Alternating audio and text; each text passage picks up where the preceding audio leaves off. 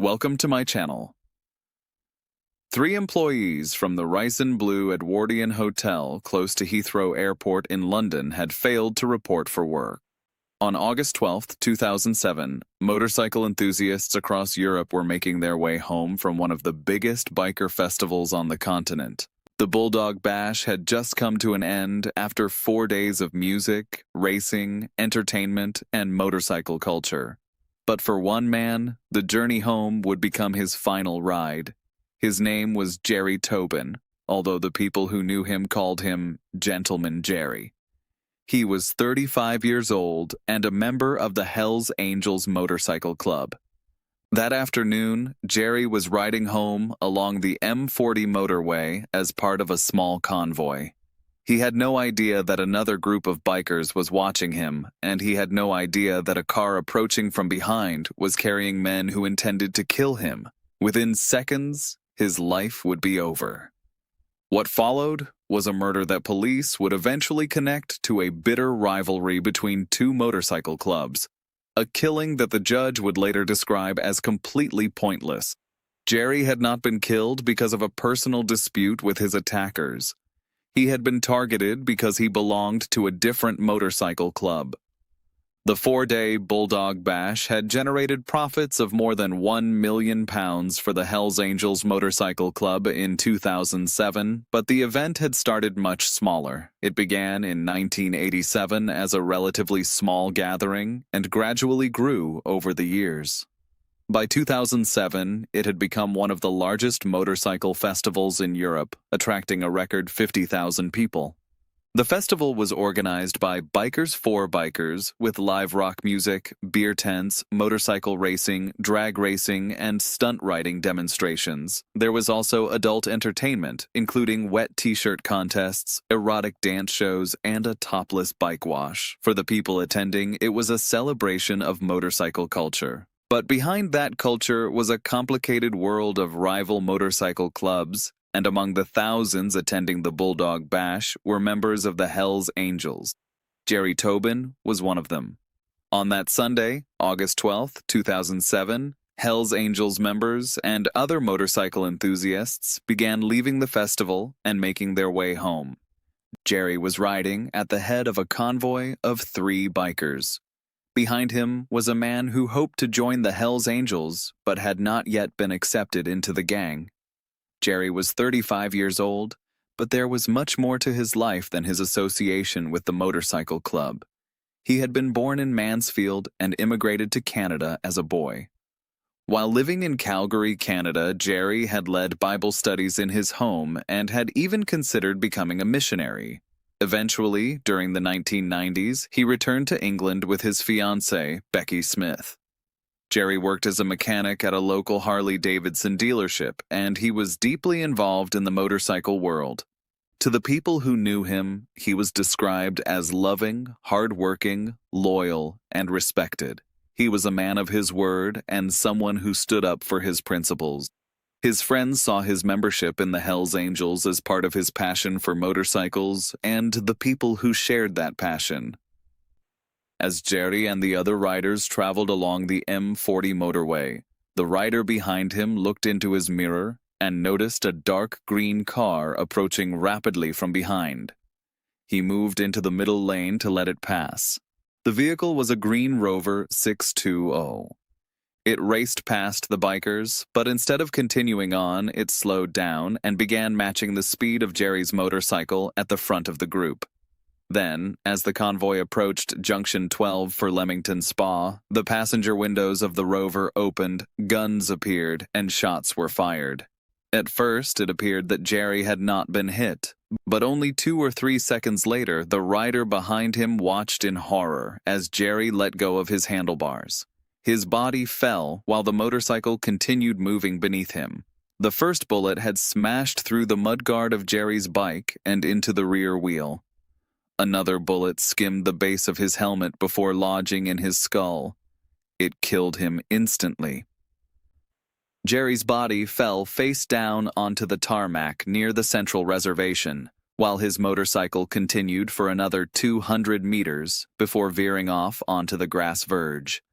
Jerry Tobin was dead. He was only 35 years old. Police immediately began investigating the murder. One crucial piece of evidence was CCTV footage that had captured the Green Rover from which the shots had been fired. Investigators wanted to know who owned the vehicle.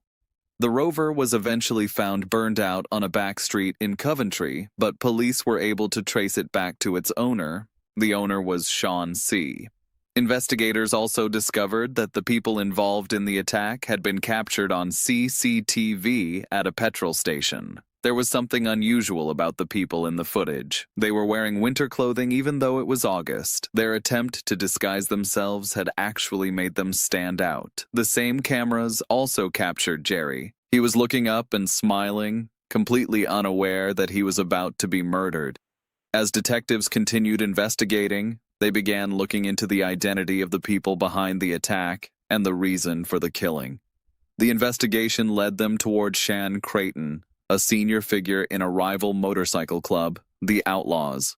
Police believed that Jerry's murder was connected to a long-running rivalry between the Outlaws and the Hells Angels. According to investigators, the killing was believed to be retaliation for a previous incident. There was also another important detail. The Bulldog Bash was taking place in an area regarded by the Outlaws as their territory. Long Marston, near Stratford-upon-Avon, was seen as territory controlled by the Outlaws and the South Warwickshire chapter run by Shan Creighton. The location of the Hells Angels annual event was therefore viewed as deliberately provocative. The rivalry between the two motorcycle clubs had begun with a series of brutal murders in North America during the late 1960s and eventually spread to other parts of the world. Britain was no exception. There had already been incidents involving the two clubs, and police had warned about the potential dangers surrounding the Bulldog Bash. Warwickshire police had previously detailed incidents connected to the motorcycle clubs. One incident stood out. In 1998, the Outlaws made a specific threat to bomb the Bulldog Bash. Police and event organizers took the threat seriously. Then, on August 12, 2001, a Hells Angel member was shot on the A40 while leaving the Bulldog Bash. The attack was disturbingly similar to the one that would later kill Jerry. The injured man was shot 3 times in the leg, but he survived. The incident was treated as attempted murder. However, the injured Hells Angel refused to make a formal complaint to police, following the Hells Angels' code of not speaking to authorities. The conflict continued, and 6 years later, Jerry Tobin would become another victim. As investigators dug deeper into Jerry's murder, they discovered that the killing had not been improvised. According to the investigation, the plan had allegedly been in place for months. Members of the South Warwickshire Outlaws had reportedly discussed the killing at their Christmas party. The meeting took place at an Art Deco watering hole on the outskirts of Coventry. Among those gathered were senior figures within the chapter, including the president, the sergeant-at-arms, and the treasurer. They were allegedly planning the death of a rival gang member. But there was a disturbing detail. Jerry was not specifically selected because of a personal feud. The plan was reportedly aimed at a Hells Angel. Any Hells Angel. Jerry happened to become the target. The chapter's president was 44-year-old Shan Creighton, and investigators believed he had fired the fatal shot. 3 days before the murder, Creighton had reportedly begun target practice on a dummy at his home. The planning did not stop there. Members of the gang began monitoring bikers heading toward the Bulldog Bash. They were looking for a Hells Angel to target. Then Jerry rode onto the motorway, and the plan was put into motion. Jerry was riding his Harley-Davidson when the Green Rover accelerated and moved alongside him. The driver maneuvered the car into position, and Shan Creighton and another outlaw, Simon Turner, opened fire. The attack had support. Nearby, so-called Dog's Body probationers were acting as backup. They were traveling in a white Range Rover in case the initial plan failed. Another gang member was also patrolling nearby in a Renault Laguna. The murder was not simply two men deciding to attack someone in the moment. According to the investigation, multiple people were involved in the operation. Once the shooting was complete, the occupants of the Rover ordered their two support units to stand down. They sped back toward the Coventry area, and the Rover was then set alight in a country lane. The vehicle that had carried the killers was destroyed, but investigators had already begun putting the pieces together. One of the men involved was Dane Garide, the driver of the Rover.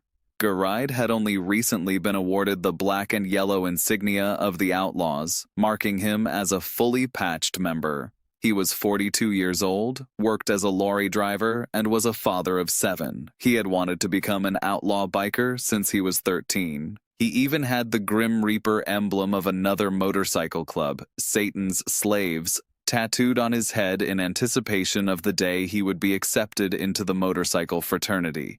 He also had the word warrior tattooed on his head. Then there was Simon Turner, the other gunman. Turner worked as a mechanic at a motorcycle shop in Coventry that reportedly acted as an unofficial clubhouse for members. His tattoos stretched down his arms and around his neck, and Turner was no stranger to violence. In 1993, he had been jailed for 10 years for grievous bodily harm. The offense involved stabbing and throwing petrol over a man he had never met before. The reason was that the man owed money to a friend. Turner later attempted to explain his actions by saying that he needed the money to buy Christmas presents for his children. He described throwing petrol over the man as nothing more than a scare tactic. But years later, Turner would again find himself involved in a violent crime. And this time, the victim would not survive. The case eventually reached Birmingham Crown Court. Sean Creighton pleaded guilty to the killing. The evidence against him was overwhelming, but police suspected that there was another reason for his guilty plea. They believed he may have been attempting to protect his chapter of the Outlaws. The other members involved in the case maintained their innocence. The trial lasted 9 weeks. During the proceedings, one member of the gang even jeered at Jerry's mother. The behavior was a stark contrast to the way Jerry himself had been remembered. He had been described by friends as a loving, loyal, hard-working, and respected man, someone who cared about other people and was well-liked by those around him. Eventually, the defendants were convicted of murder and related firearms offenses. The evidence had established a planned attack, and a rivalry between two motorcycle clubs had resulted in the death of a man who, according to the judge, had done nothing to deserve it. At sentencing, all 7 defendants stood together in the dock. They were handcuffed. Outside the court, around 100 fellow outlaws waited in support, while armed police officers kept a watchful eye on the situation. Then the sentences were handed down. Sean Creighton was told he would serve a minimum of 28.5 years. Simon Turner received a minimum of 30 years. Dane Garide received 27 years. The remaining defendants received sentences of at least 25 years. The judge described the killing in devastating terms. An innocent man had been executed with a firearm in broad daylight on a busy motorway, and there was one reason given for why Jerry had been targeted. He belonged to a different motorcycle club. He was a stranger to the men who killed him. There was no personal dispute between them and no meaningful reason for his death. The judge emphasized the pointlessness of the crime and the lack of remorse shown by those responsible. None of them, the judge said, had shown the remotest feeling, consideration, or remorse for what they had done. For years, Jerry Tobin had worn the distinctive insignia of the Hells Angels with pride. He was part of a motorcycle culture he loved. He worked as a mechanic, spent time with his friends, and was a loving partner to Becky. To those who knew him, he was a gentleman. But on August 12, 2007, none of that mattered to the men who targeted him. They did not need to know Jerry. They did not need a personal reason to hate him. To them, his affiliation was enough. He was a Hell's Angel, and that made him a target. The attack was carried out in broad daylight on a busy motorway as Jerry rode home from a motorcycle festival. He had no warning. The Green Rover approached, the guns appeared, the shots were fired, and within seconds, Jerry was dead. The investigation eventually revealed that the killing had been planned months in advance. There were multiple people involved: support vehicles, surveillance, target practice, and an attempt to destroy the getaway car. But the attackers left behind evidence. CCTV captured the Green Rover. Cameras captured the suspects at a petrol station, and the vehicle itself was traced back to its owner. The investigation ultimately led to convictions and long prison sentences. But no sentence could change what happened on that motorway. Jerry Tobin was 35 years old. He was a son, a partner, a friend, a mechanic, and a motorcycle enthusiast. To those who knew him, he was a gentleman. His death was not the result of a personal feud. It was not the result of a chance encounter. It was the result of a rivalry that had turned deadly. And perhaps the most disturbing part of the entire case is exactly what the judge said. Jerry was killed for no reason other than belonging to a different motorcycle club, a completely pointless murder, a life taken simply because of a patch. And that is what makes the murder of gentleman Jerry Tobin so difficult to forget.